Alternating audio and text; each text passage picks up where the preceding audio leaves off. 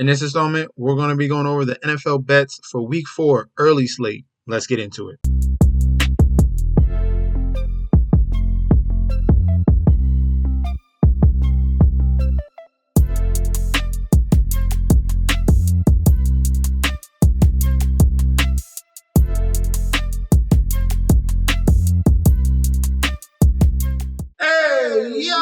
Welcome back to the channel. It's your boy Chef D, and I'm here to bring you the winning ingredients for our Week 4 NFL early slate we got going on for all the 1 o'clock games. But before we deep dive into that, don't forget to like, comment, and subscribe to the channel. Make sure you follow me on Instagram and Twitter at Mets.ShetsD. Don't forget about that TikTok at Chef_D91. And don't forget about that Patreon. Right now, we're at the homepage of the YouTube channel, currently at 8.45 thousand subscribers. This is the road to 10K, and we are well on our way because you guys are showing up each and every single day. If you guys are already subscribed, continue to like and comment. That helps the YouTube algorithm so we can grow to a much broader audience. All right, so I'm going to implore you guys to take this to the next level and continue to support. We were doing phenomenal in the MLB. We have switched over to NFL, and we're going to take this to a whole nother level because I'm telling you right now, you guys are missing out. All right, this should be thousands of views on this video here, just of the complete domination that we had on most of these primetime games.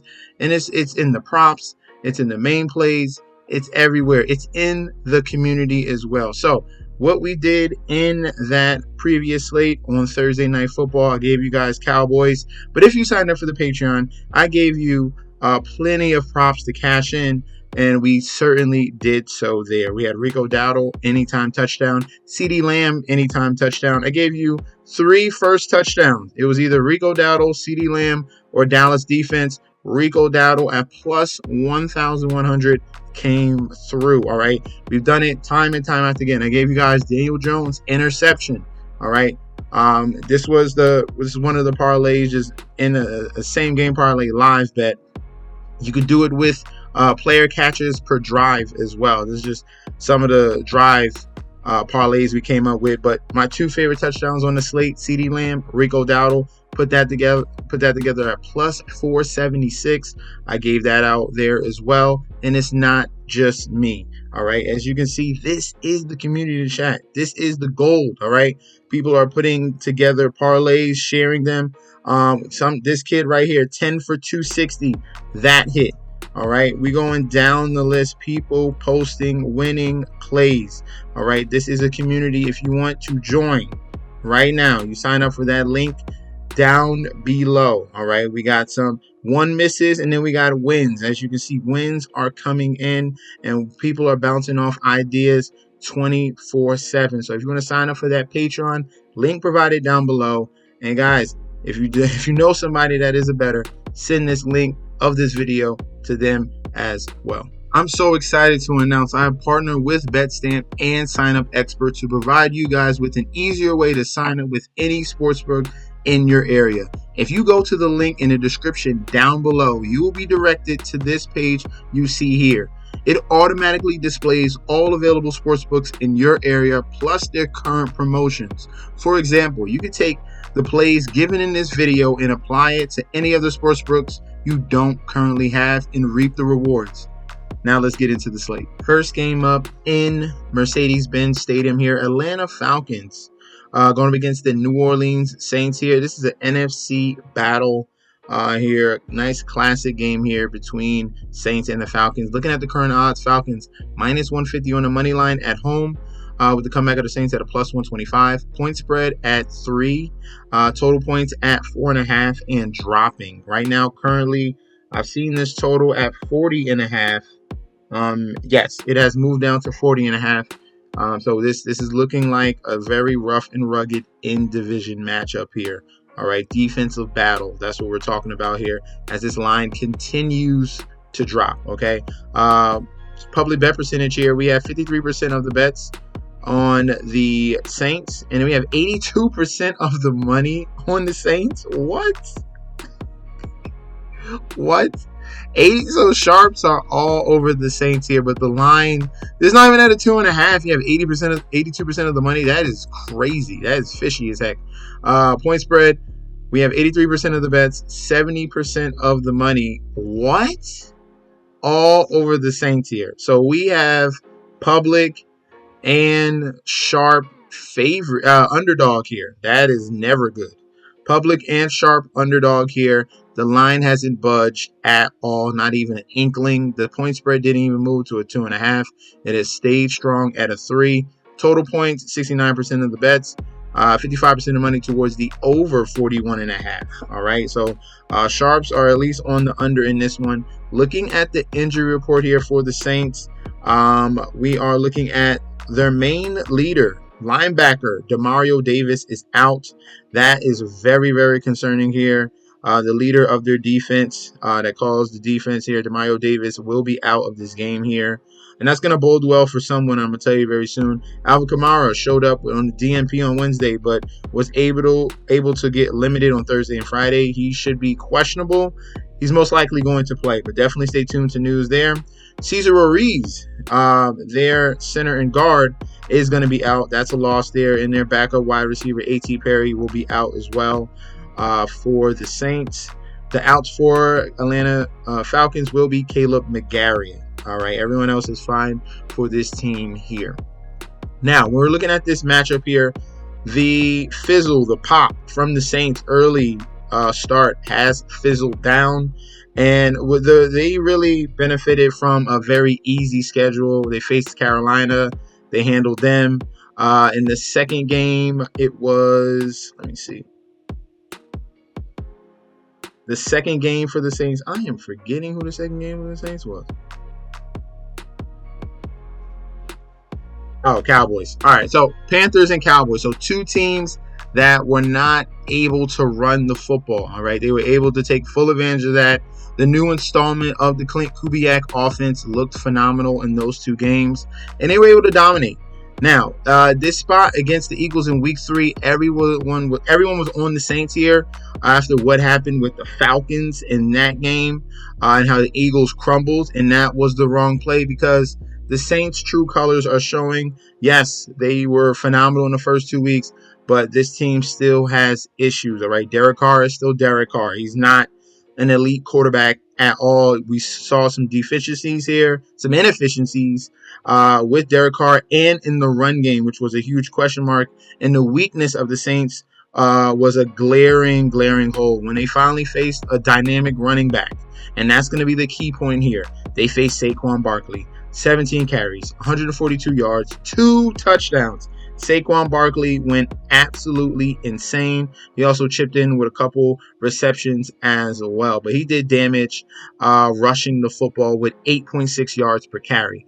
Now you're coming into a situation here where no Demario Davis, your leader at linebacker, your best tackler. And now you got to go up against Bijan Robinson, a generational talent. And you're looking at Bijan Robinson here. He has absolutely dominated the Saints in his first 2 games in his career, all right? 29 fantasy points in one game in New Orleans. In the second game, 27 fantasy points in those games. He had one of them was 28 rushing yards. Horrible rushing game, but he damaged them in the receiving department. Over 100 yards receiving, 7 catches, and a touchdown. In the second game, with 27 fantasy points, he rushed for 91 yards, ran in a touchdown, had 32 receiving yards, and a receiving touchdown. So he has 3 touchdowns in 2 games, well over 100 yards receiving and well over 100 yards rushing here. Bijan Robinson, this should be his breakout game. He's been very, very quiet so far this year. I'm going to be all over the Falcons to lean on the running game. Obviously, you've seen what they were able to do against the Eagles. Lean on that running game a little bit more frequently. They haven't opened things up because they're still bringing in Kirk Cousins. So this is a complete sweep here. Falcons, money line. Falcons -3 and the under of 41.5. Where we are fading the public underdog wholeheartedly. Next up, in NRG Stadium here, Houston Texans going up against the Jacksonville Jaguars. AFC battle in this one here. Looking at the current odds, Texans -275 on the money line with the comeback of the Jaguars at a +220. Point spread set at 6. Total points set at 44.5. Public bet percentage here, 94% of the bets, 86% of the money, all over the Houston Texans here. For the point spread, 72% of the bets, but 52% of the money on the Houston Texans to cover that 6 points. And for the total, 56% of the bets, but 78% of the money is heavily on the over 44.5. For the injury report for these two rivals here, Evan Ingram is going to be out yet again, so it's going to be Brenton Strange at tight end. We got a Q tag on Darnell Savage. That's going to be an improvement from last week where he didn't play. We have an out on Foye Alukun, one of their better linebackers. He's going to be out. Jarian Jones looked like he's going to play in this game at cornerback. That's a positive there. So some guys are coming back, but they are going to be missing one of their better linebackers for the Jaguars. Houston Texans, Nico Collins is going to be fine in play. Tank Dell is going to be out, so that's a hit there. Despite the fact the Texans have plenty of wide receiver talent, they're going to be losing their best separation guy in Tank Dell that can win in all phases of the field. But hey, they got Stephon Diggs and Nico Collins that are be fine as a 1-2 punch here. We have a Q tag on Foley Fadukasi, their better run stuffer. We'll see if he's going to play. Joe Mixon is questionable, and Dameon Pierce will be out, and Jimmy Ward will be out. All right, safety. All right, so in division battle here, everyone is expecting a butt kicking after what the Jaguars shown.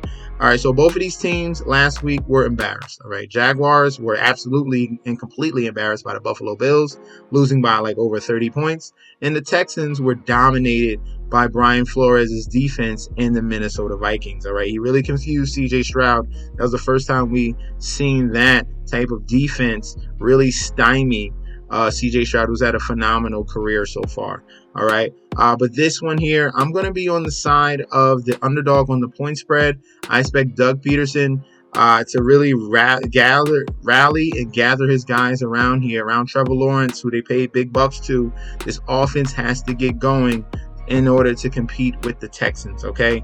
But I do expect a very competitive game here between the Jaguars and Texans, and keep this game close. So the value here is on the Jaguars, where everyone else is definitely throwing them to a side and really thinking that this is an easy layup, blowout win for the Texans. But hey, this is the AFC South, and these two teams here, they do battle it out here. So give me the Jaguars on the +6 here on the point spread. Obviously, I like the Texans to win the game, but if you want to live bet them, they could definitely get a better number than -275. And if we're going for a total, give me the over on the 44.5. We have the Cats going up against each other here in Bank of America Stadium. Carolina Panthers going up against the Cincinnati Bengals in this one. AFC versus NFC battle. A little bit of revenge narrative here for Andy Dalton going up against his former team. Looking at the current odds, Bengals road favorites -225 on the money line, with the comeback of the Panthers at a +185.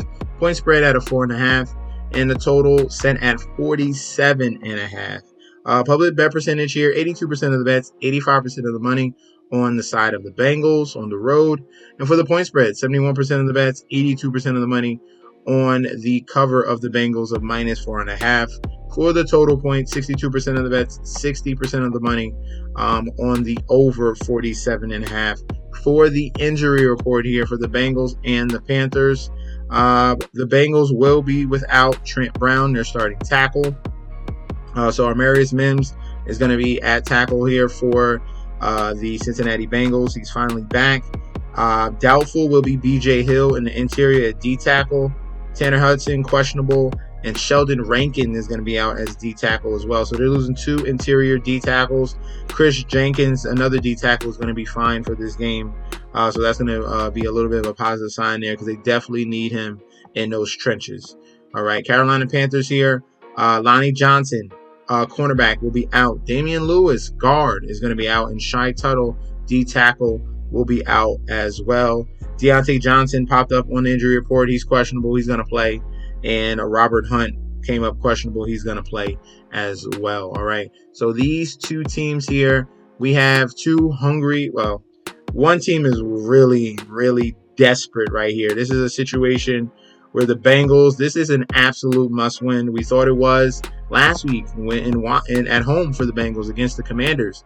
They were upset just by a greater talent here in Jaden Daniels. He was able to dissect the Bengals. And the key part of Jaden Daniels, the reason why he was able to extend drives was with his legs. All right, his dynamic running, really, he did it at every single moment. Was the perfect time for him to come out the pocket, get the yards needed, and move the chains. It was absolutely perfect.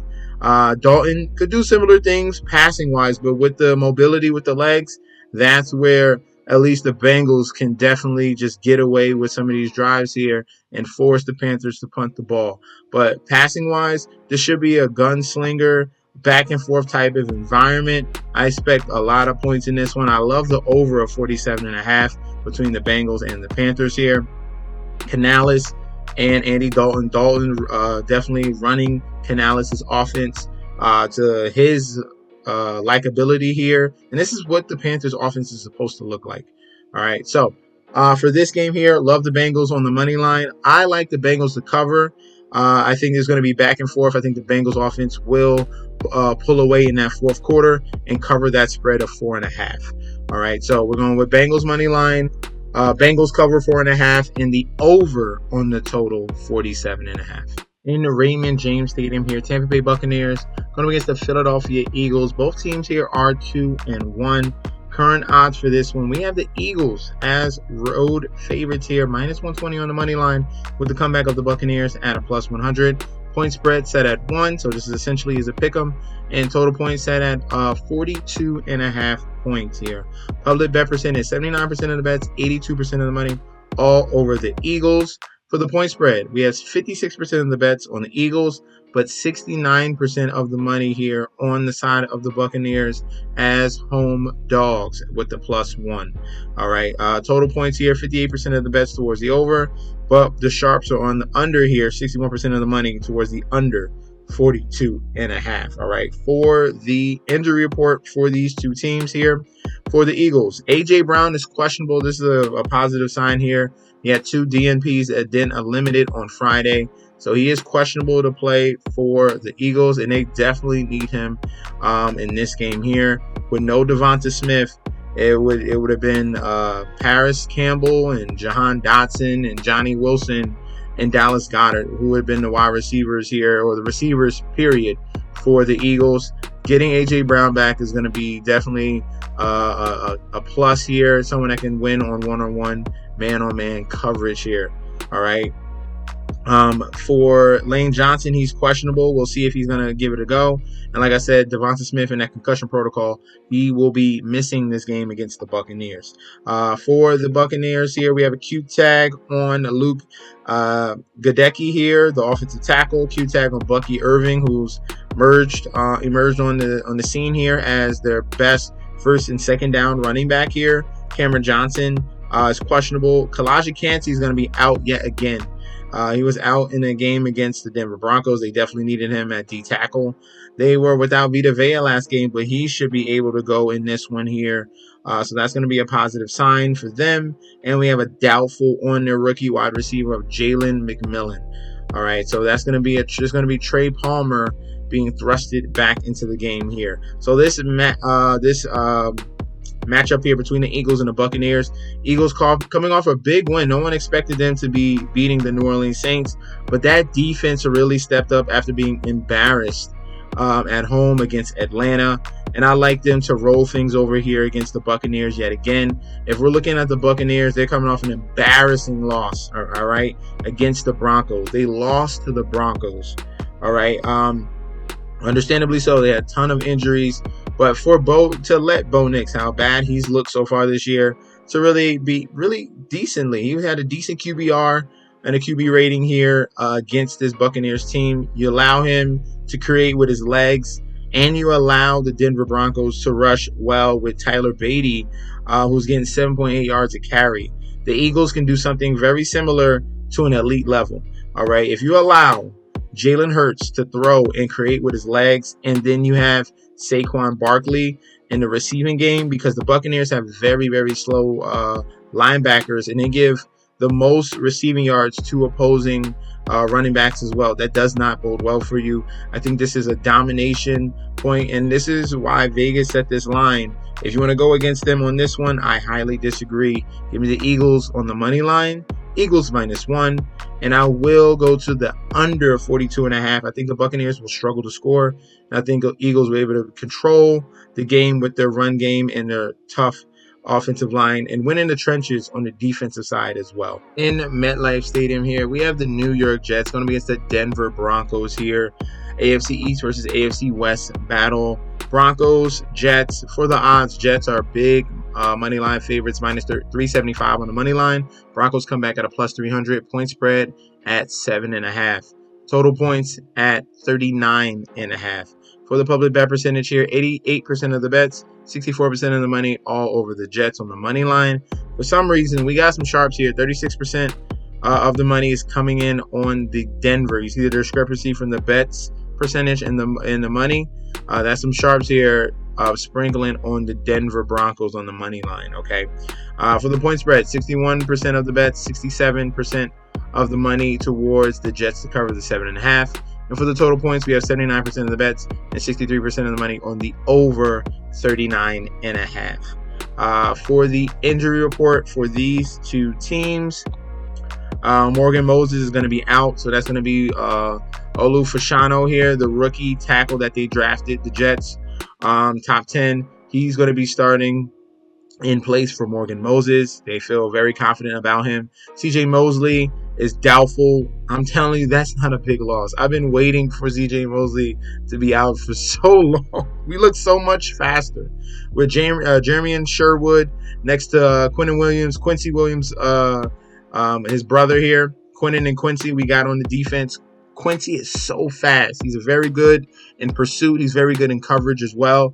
We need speed at linebackers. We don't need old CJ Mosley at linebacker, all right? So him being doubtful, I'm telling you right now, they're not missing a beat, all right? Tyron Smith popped up on the injury report. He's going to be fine. He's going to play as well. For the Denver Broncos, this injury report is very small, all right? JL Skinner, safety, he's going to be out of this game, all right?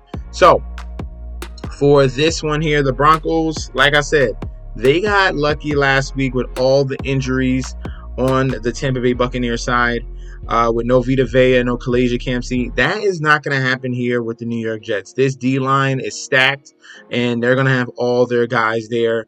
Will McDonald has 5.5 sacks in the last 2 games. Quinnen Williams is going to be right in the middle to stuff things up, and there's no holes here in the Jets defense, all right? Especially, this is not an elite running game at all because this Broncos team has struggled to run the football with Javonte Williams, with Tyler Beatty, and with Jaleel McLaughlin, who they're not even playing anymore. That was supposed to be their pass catching back. All right, so this is a bad spot here for the Denver Broncos here. We're full fading them. I like the Jets to dominate this game. I like the Jets defense to dominate as well. I can see a ton of turnovers here. Jeff Ulbrich and the Jets defense can definitely put Bo Nix in some situations to get some turnovers. And we're going with a full sweep here. Jets on the money line. Jets -7.5. And for the total, I'm going to be leaning towards the under 39.5, all right, in complete domination. In Lucas Oil Stadium here, Indianapolis Colts going against the Pittsburgh Steelers. Looking at the current odds for this one, Steelers are road favorites, -135 on the money line, with the comeback of the Colts at a +115. Point spread at 2 and total points at 40. All right. For the public bet percentage here, 85% of the bets, 90% of the money, all over the Pittsburgh Steelers. For the point spread, we have 63% of the bets towards the Steelers to cover the 2. But for the percentage of money, 52% of the money here coming in on the Colts to cover the +2. Total points, 66% of the bets towards the over and 57% of the money towards the over 40 as well. All right. For the injury report here, the Colts, we have Q tags on Ryan Kelly, Chris Lamons, and Tyquan Lewis. Outs, Kenny Moore, their best cornerback, will be out.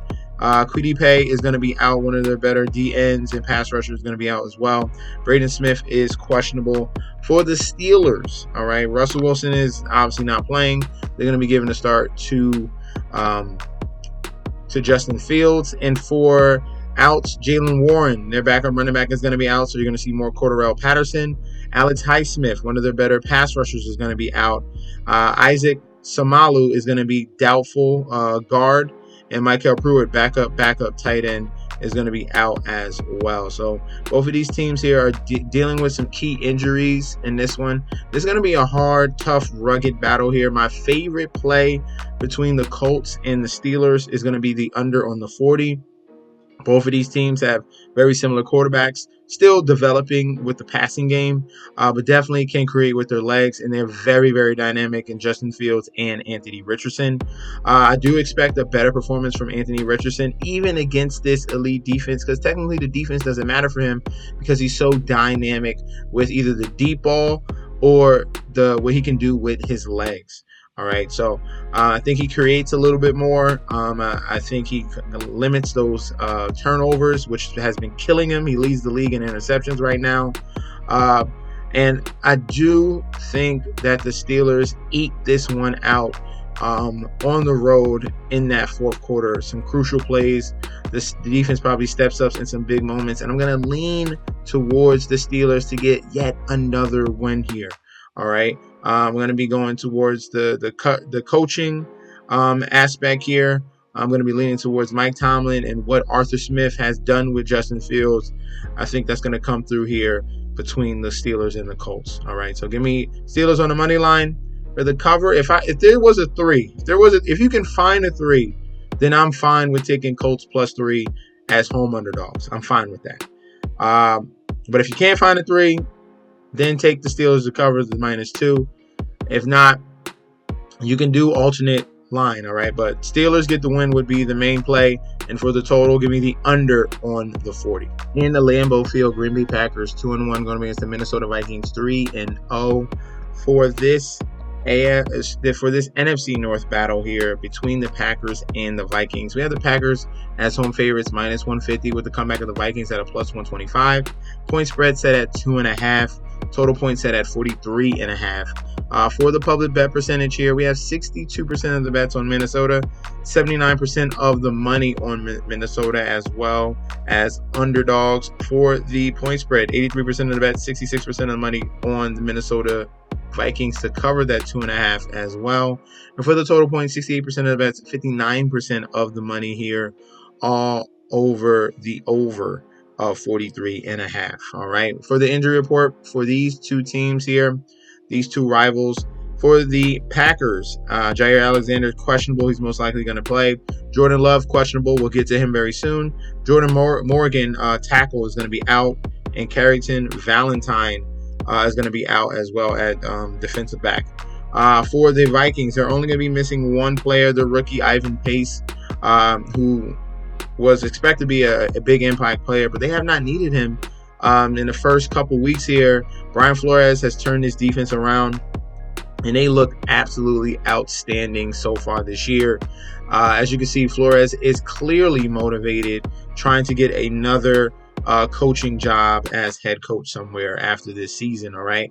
So this game here between the Vikings and the Packers, big battle for the NFC North here. Either way, if Malik Willis plays, then you have the aspect of Brian Flores' defense definitely creating havoc. And when you have Malik Willis at the helm, they're going to be relying on that run game there. And Josh Jacobs has been very mediocre so far this year. Emmanuel Lewis was able to make up some big runs there, but that's going to be the question mark. Vikings defense, stopping the pass and run, has been absolutely elite. And if you think you're going to lean on the run game against this Vikings team, that is not going to be the way. All right, you need a way. You need a cover 2 beater here. That's what the Vikings are going to run. Cover 2 coverage. You need schemes that's going to beat that defense. All right.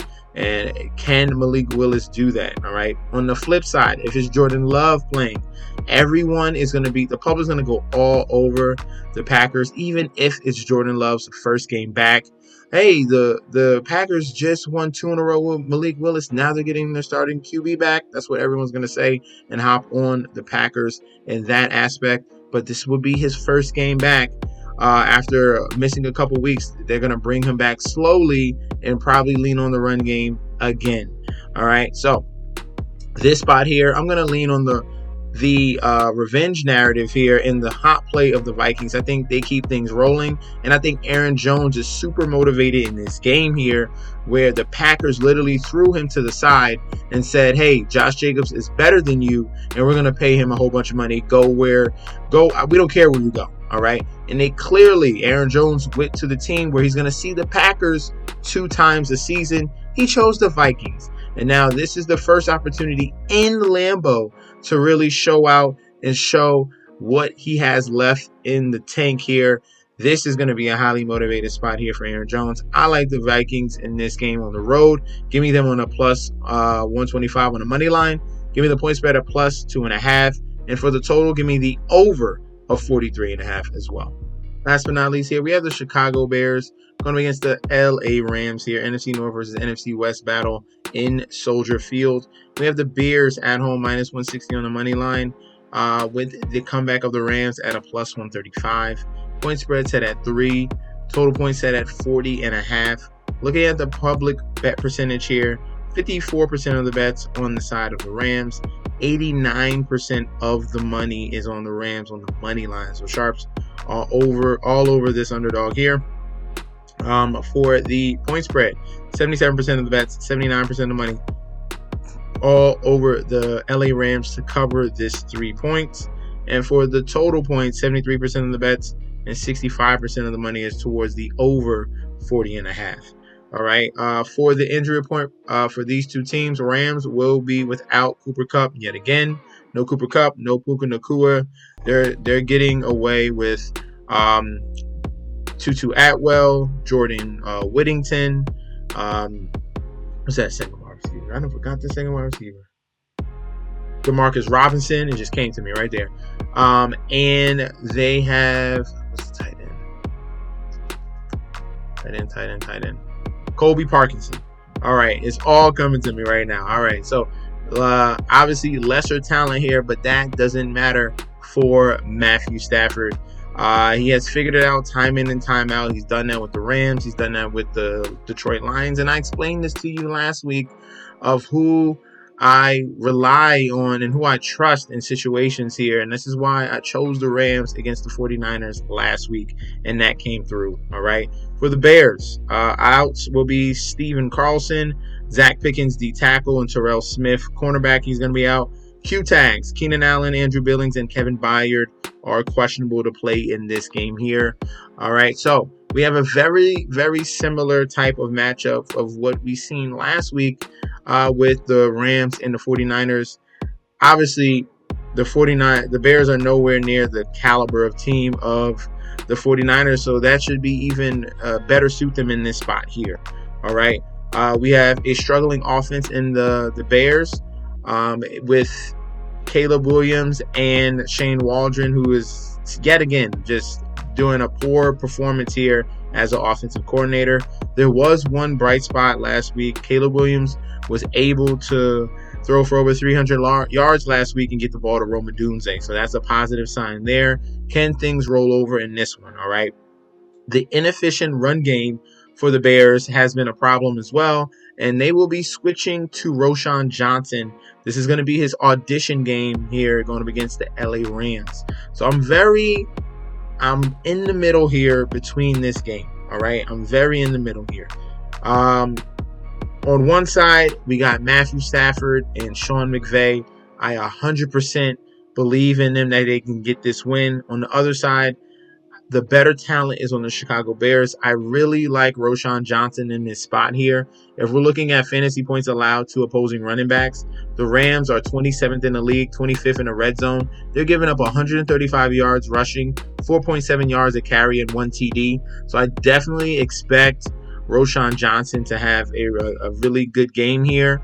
And they have given up on DeAndre Swift. All right, they paid him $24 million, $25 million, whatever it was. It was a complete waste of money, and they have benched him, and they will be giving the starting job to Roschon Johnson, and he's literally in a very good position. So the way I'm going to play this game, all right, I'm going to play this game as Bears on the money line. As again, we have a public underdog here yet again. I gave you one of the public underdogs to come through. I don't think all of them come through. Okay.